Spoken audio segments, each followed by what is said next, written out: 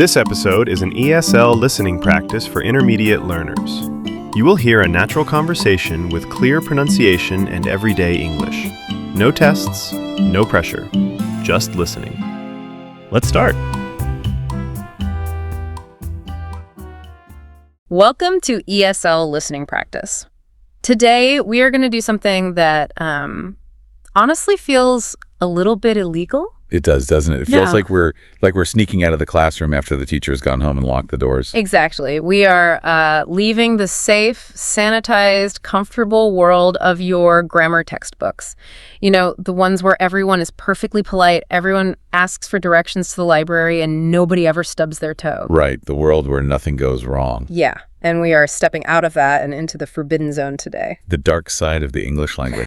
We are talking about the words that usually get deleted from the curriculum.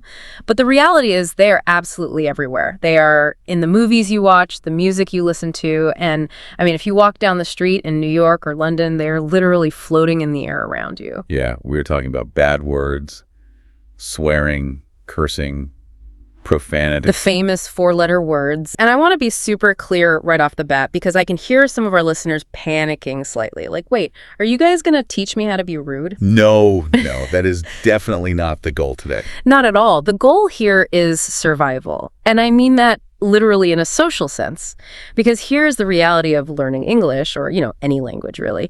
You can have C2 level grammar, you can have a massive vocabulary of academic terms, but if you don't understand how swear words work, you're in trouble. Exactly. If you don't know why people use them, the hierarchy of intensity, the cultural traps, you are essentially walking through a cultural minefield blindfolded. I really love that image. Yeah. A minefield. Yeah. Because that is exactly what it feels like for a B2 learner, isn't it? You hear a word in a movie, it sounds cool, the action hero says it, and then you say it at a dinner party and the whole room just goes completely silent. Precisely. And that silence is the sound of a social mistake that is very, very hard to fix. You might have just insulted your boss or your mother-in-law or made yourself look incredibly aggressive when you were really just trying to be funny. Yeah, the stakes are so high. So our mission today is to explore this forbidden side of English safely based on extensive research we've been doing. We want to treat these words not as bad necessarily, but as high-voltage tools. High-voltage tools is a great way to put it. They are powerful, they are dangerous, and if you don't have the training, you shouldn't be touching the wires. So think of us as your electricians today. We're going to break down why humans swear in the first place, because the psychology is actually fascinating and goes way deeper than just being angry. Oh, absolutely. And then we're going to give you a system, a hierarchy, because as any native speaker will tell you, not all bad words are created equal. We'll also look at the massive trap of British versus American English, where the exact same word can mean two totally different things. And finally, we will teach you how to sound expressive and angry and passionate without actually using a single bad word. Which is honestly a superpower for a language learner. It really is. So let's unpack this. Why do we do it? Why do we swear? Because when you look at the research, every language on Earth does it. It seems to be a completely universal human feature. It is universal, and that suggests it serves a real biological and social function. It's not just lazy language, which is what some strict teachers or maybe your grandmother might tell you. You know, that old idea that if you swear, it's because you don't have the vocabulary to say what you really mean. Right, the sign of a weak mind. I heard that so many times growing up. Exactly. But modern linguistic and neurological research shows that is completely wrong. Swearing isn't just vocabulary. It's condensed emotion. It's like a zip file of feelings. Condensed emotion. I really like that. Think about it this way. When you are walking through your bedroom in the pitch dark, and you smash your pinky toe against the corner of the bed frame, that is the very specific kind of agony. Oh, the worst. Right. So in that moment, do you pause and say, oh goodness, I appear to have injured my foot? No, absolutely not. You don't possess the mental capacity for proper grammar in that exact second. You shout something much sharper. You shout a swear word because that word isn't really functioning as a noun or a verb in that moment. It is a raw, vocalized expression of pain, shock, or anger. It entirely bypasses the logical brain. In fact, studies show that swearing is often processed in a completely different part of the brain than normal language. Really, it actually lives in a different neighborhood in the brain. It does. Normal, propositional language where we build sentences with grammar is usually located in the left hemisphere, up in the neocortex. But swearing seems to be deeply connected to the limbic system. The emotional center. Exactly. The lizard brain, the primal part of us. So when I shout a curse word because I'm suddenly startled by something, it's closer to a dog barking or a cat hissing than it is to me reciting a poem or giving a speech. That's spot on. It's a verbal siren. But it's not just for pain or anger, right? We also use these words for excitement, for surprise, and crucially, for humor. Right. Stand-up comedy relies heavily on swearing. It adds a certain punch to the rhythm of a joke. It really does. And that brings us to the social functions. Informal language signals to the people around you that we can relax now. If I use a mild swear word with you, I'm signaling that we are not in a formal business meeting. I'm telling you that I trust you enough to lower my guard. It's a bonding mechanism. It is huge for bonding. Think about the concept of the affective filter in language learning, that invisible barrier of anxiety we all have. Swearing lowers the barrier between people. If you and I are complaining about a difficult situation at work and we use colorful language, it creates a sense of us against the world. It signals that we are friends, not just colleagues. It's like taking off your tie at the end of the day. You're implicitly saying, I know you won't report me to HR for this. Exactly. It creates intimacy. But, and this is but for our listeners, you have to read the room perfectly. If you try to bond with someone who isn't ready for that level of intimacy, you just come off as rude and unprofessional. We'll get into those specific rules and boundaries later, but before we leave the psychology aspect, I have to talk about the science of pain relief. Because in our research, I read about this experiment involving cold water, and it totally blew my mind. Oh, this is the famous Richard Stevens study. It is an absolute classic in linguistics. So researchers wanted to test if swearing actually had a physiological effect on the body. They wanted to see if it was just noise or if it actually did something measurable. Right. So they had participants stick their hands into buckets of ice-cold water. And we aren't talking about cool, refreshing water. We are talking about freezing, painful temperatures. Which is agonizing. Having done ice baths, your bones literally start to ache within seconds. It's terrible. So they split the people into two groups. Group A was told they could repeat a neutral word, like table or wooden, while their hand was submerged in the water. Group B was told they could repeat a swear word of their choice over and over again. So one guy's sitting there going, table, table, table, and the other guy's just screaming profanities. Exactly. And then they measured how long the participants could physically keep their hands in the freezing water before giving up. The result was highly significant. The people who were swearing could keep their hands in the water much longer, almost 50% longer in some cases, than the people saying table. That is incredible. So shouting a bad word actually helped them handle acute physical pain. It appears so. The prevailing theory is that swearing triggers an emotional response, specifically an adrenaline response in the amygdala. It activates the fight or flight mechanism, which acts as a natural painkiller. Wow. Yeah, so when you hit your thumb with a hammer and you shout a curse word, you are actually self-medicating. You're applying a verbal anesthetic. That is wild. It is. But here is the catch. And this is really important for our listeners who might be thinking, great, I'll just swear all the time now to feel powerful. The study also found that people who swore a lot in their daily lives got less pain relief from the experiment. Oh, really? So you actually build up a tolerance to it? Yes, exactly. If you use the F word every time you can't find your keys, or every time the toast is slightly burnt, the word loses its emotional potency. Your brain stops registering it as a shock. So when you actually need it for pain relief, it doesn't work nearly as well. So the real lesson there is keep your language clean most of the time so that when you really need the nuclear option, it actually works. Precisely. Save the heavy ammunition for when you are actually under attack. Okay, so we know why we do it. It's emotional, it's social, and it's a literal painkiller. But for an English learner, the biggest risk is treating all these words as if they are in the exact same bucket. And they aren't. There are levels. Right. To a B2 learner, damn and the F word might just both seem like bad words. But using them in the real world is very, very different. We need a system to categorize them. Let's use a traffic light system. Green, yellow, and red. I think this is the best way to visualize it for anyone learning English. I agree. It keeps it perfectly simple. So let's start with the green light. Now, green here doesn't mean go ahead and shout this at your grandmother at Thanksgiving. Good clarification. Green means proceed with caution. Yes, green means these are mild words. They're often acceptable in casual speech. You'll hear them constantly in PG-13 movies, on daytime television, and they're generally low risk in informal, everyday settings. So what are we talking about here? Give us some specific examples. Words like damn, crap, or hell. Okay, let's look at damn first. That feels very old school Hollywood to me. Frankly, my dear, I don't give a damn. Exactly. It expresses general frustration or disappointment. Damn, I forgot my keys. It's punchy, it's negative, but it's rarely going to cause a scandal. It's about as mild as you can get while still technically swearing. And what about crap? Crap is basically the polite cousin of a much stronger word we'll get to later in the yellow zone. It means rubbish, or something of poor quality. You might say, this movie is crap. Or, oh crap, I'm late for the train. It's very common. You might hear a teenager say this in front of their parents and only get a mild look of disapproval. And then there's hell. This one is interesting because it can be a place, obviously, but in slang, it's often used strictly for emphasis. Right. And usually in the phrase, what the hell, this is a key nuance for learners to grasp. If you say, what the hell is going on, you aren't necessarily angry, you're confused, you're surprised. It's an intensifier for shock.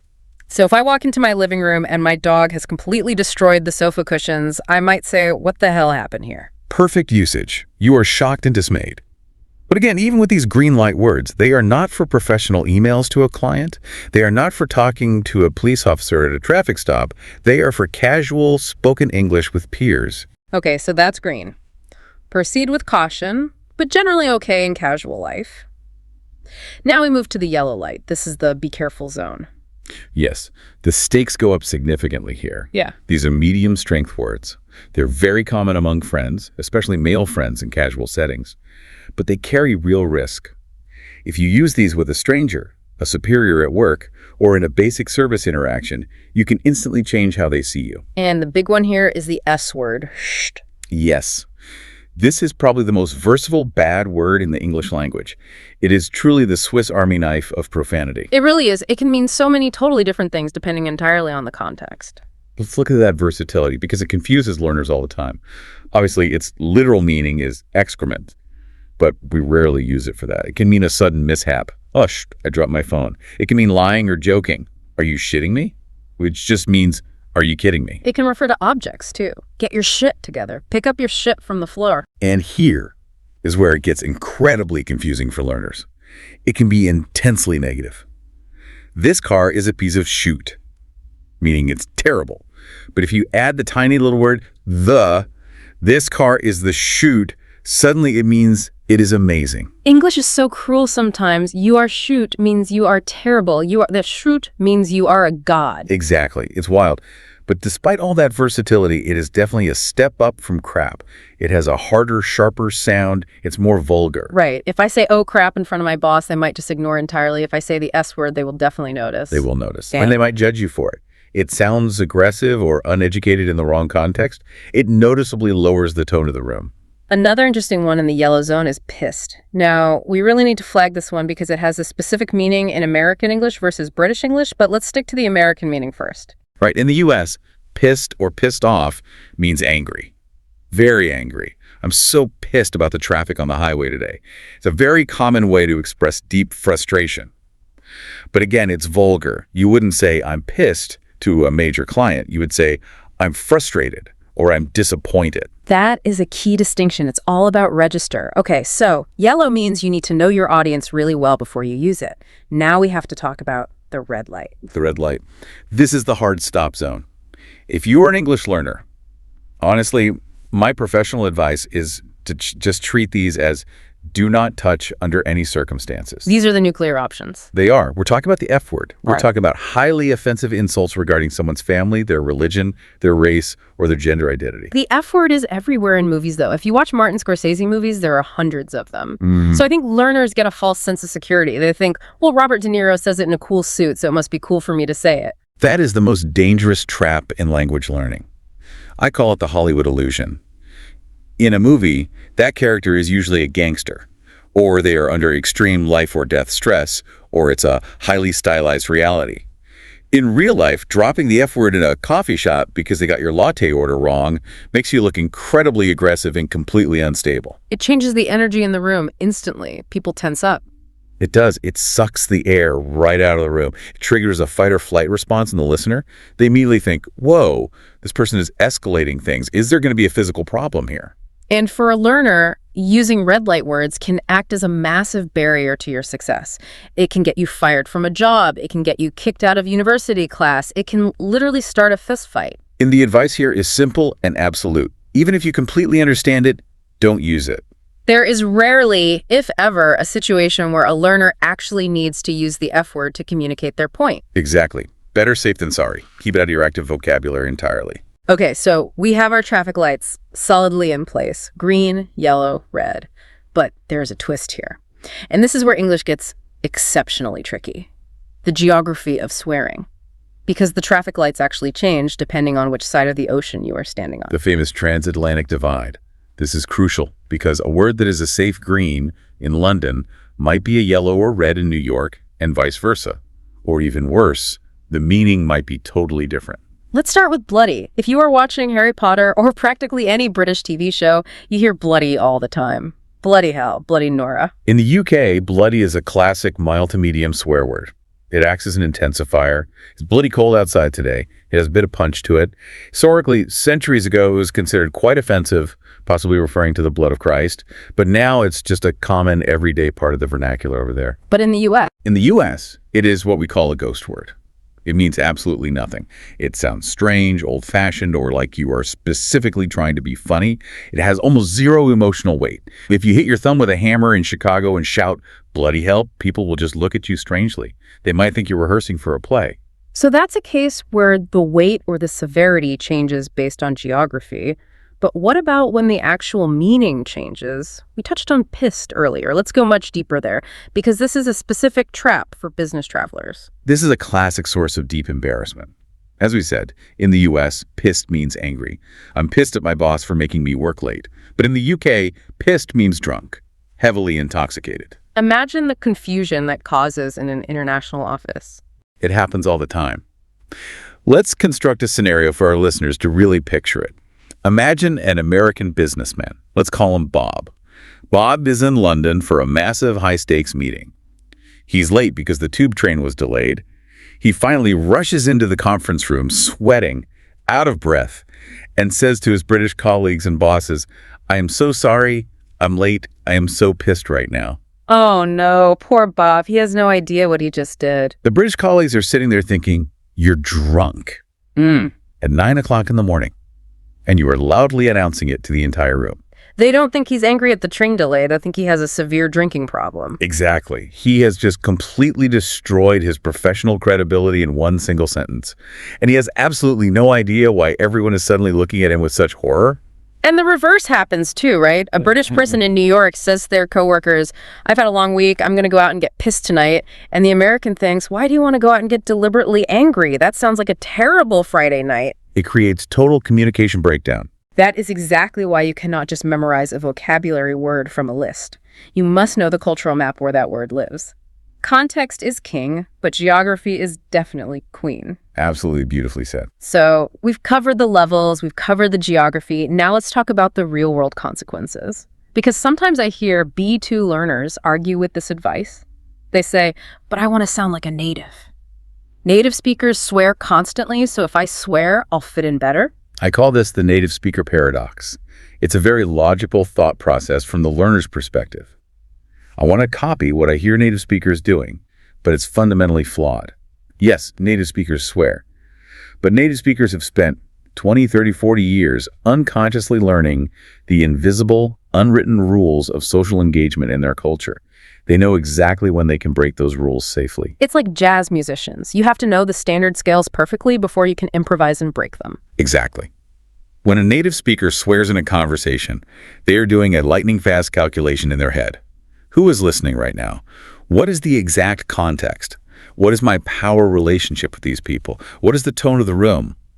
A learner, no matter how good their grammar is, often misses those subtle social cues. And if you miss the cue, you don't sound cool and fluent, you just sound rude. You sound rude, and honestly, you can permanently damage your professional image. Let's look at the absolute no zones, places where you should never ever use these words.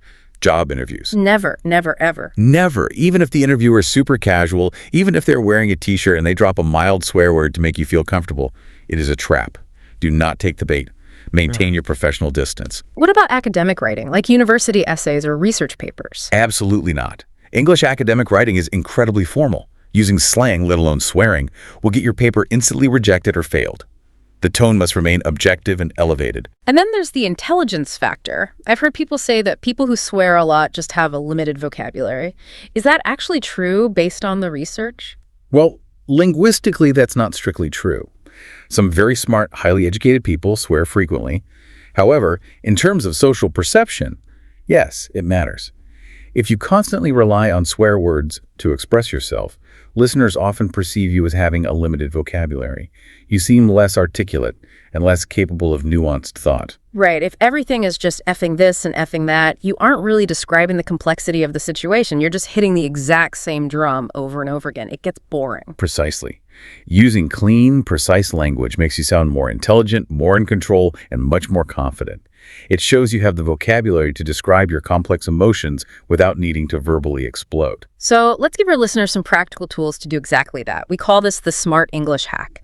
How do we express those incredibly strong emotions, the anger, the shock, the disbelief, without dipping into the red or yellow words? This is a great hack because it often makes you sound more fluent and authoritative than if you just swore. Let's take frustration. Your computer crashes and you lose an hour of work.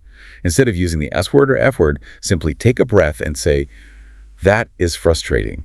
It sounds so incredibly simple, but it's powerful.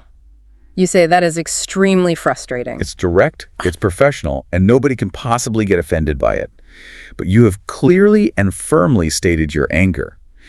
If you say it with a slightly lower pitch and steady eye contact, this is extremely frustrating. It sounds serious. It sounds like you are a leader identifying a problem that needs to be fixed immediately. What about sympathy or dismay? You drop your fresh cup of coffee all over the floor, or your friend tells you some bad news about their family. Oh no, it's universal. It's completely safe. It works in front of the Queen of England and it works at the local pub. Or you could use, "What a shame." What about profound shock? Sometimes you read a news headline or you hear a piece of gossip and you just desperately want to scream WTF. Try this instead. "That is unbelievable." Or, "I find that hard to believe." These are very strong phrases. In some ways, looking someone in the eye and saying, "That is absolutely unacceptable," is much more powerful and intimidating than just shouting a swear word at them. I really like that. Unacceptable. It's the stern parent voice. It's actually scarier than the screaming voice because it implies that there will be consequences. Exactly. You hold the power, and for confusion, instead of shouting, "What the hell?" use "What on earth is happening?" What on earth? It has that exact same rhythm, that same driving emphasis. It does. It satisfies your brain's need for a multi-syllable phrase to vent the energy, but it's totally clean. You can say it to a toddler who is drawing on the walls. And what about pure disbelief? You must be kidding. It captures the exact feeling perfectly without crossing any lines. So these polite alternatives allow you to vent the pressure. You get the emotion out of your system, but you keep your dignity intact. That is the whole key right there. You maintain your dignity. You don't lower yourself to a vulgar level. You stay in complete control of the social interaction. I love that approach. Okay, we are coming toward the end of our discussion today. We need to boil all this rich information down to some golden rules for our listeners. If they forget everything else we've said, what are the absolute core takeaways they should remember? The first rule is understanding the crucial distinction between passive knowledge and active knowledge. Break that down for us clearly. Passive knowledge is what you understand when you listen or read. Active knowledge is what you actually produce and use when you speak or write. For bad words, your passive knowledge should be extremely high. You need to understand them to enjoy movies, to follow podcasts, and most importantly, to know if someone on the street is being aggressive toward you. You need to know when a situation has turned dangerous. But active knowledge? Keep it low. Very, very low. You do not need to move these words into your active speaking vocabulary to achieve fluency. You could be a C2 level master of English, completely fluent, living in London or New York for decades, without ever uttering a single swear word. And that leads perfectly into the second golden rule. The 100% rule. This is absolutely my favorite piece of advice for learners navigating this topic. If you are not 100% sure about a word, do not say it. What if you are 90% sure? What if you're pretty confident it's a green light word? Don't say it. If you have even a shadow of a doubt about who is listening, or exactly how strong the word is in this specific region, or if it fits the delicate context of the conversation, silence is always the better option. Or just use one of the polite smart hack alternatives we just discussed. It's basically risk management for language learners. It is entirely about risk management. Because learning English isn't just about memorizing grammar rules and vocabulary lists. It's about developing social intelligence in a new culture. Knowing when to speak is just as important as knowing what to say. Used correctly by natives, yes, bad words can sound natural and build bonds, but used incorrectly by learners, they instantly damage relationships. And as a learner, protecting your professional and personal relationships and your image is priority number one. Absolutely right. So let's do a quick recap of the journey we've taken today. We started with the deep psychology. Swearing is emotional, it bonds us together, and it even acts as a physical painkiller. Everyone remember the ice water experiment. We walked through the practical traffic light system. Green for mild words like damn and hell, yellow for risky, versatile words like shit pissed, and red for the absolute forbidden zone, the F word, and severe insults. We looked at the geographical map, how pissed can mean drunk in the UK and angry in the US, creating some incredibly awkward misunderstandings for our fictional friend Bob. And we equipped you with the smart hacks, using phrases like, that's frustrating, or what on earth, to sound articulate, powerful, and expressive without ever being rude. It's a lot of information to take in, but it's such a vitally important part of real-world conversational English. It really is. And here is my final provocative thought for the listeners out there. You are now equipped with this knowledge. You have the map of the minefield. So, going forward, I want you to fundamentally change how you listen to English. What do you mean by that? Change how they listen. The next time you are watching a Hollywood movie or listening to an unscripted interview and you hear a bad word, don't just ignore it and don't just giggle at it. Analyze it. Treat it as a cultural data point. Ask yourself, why did the speaker choose that specific word right in that exact moment? Was it for humor? Was it to show they are losing control and getting angry? Was it a calculated move to bond with a friend and lower the affective filter? Be a detective. Be a social detective. Watch closely how the other characters or people in the room react. Do they look shocked? Do they laugh and relax? That reaction tells you the true level of the word. Use the English-speaking world as your laboratory to study these interactions, but keep your own language safe, smart, and dignified. That is truly great advice to end on. Observe the chaos, analyze it, but proceed with extreme caution yourself. Thank you all for joining us for this discussion on ESL listening practice. We hope you feel a little more prepared to navigate the wild, sometimes dangerous waters of English slang and emotion. Stay curious, stay safe with your vocabulary, and we will see you next time. Bye, everyone. Keep practicing.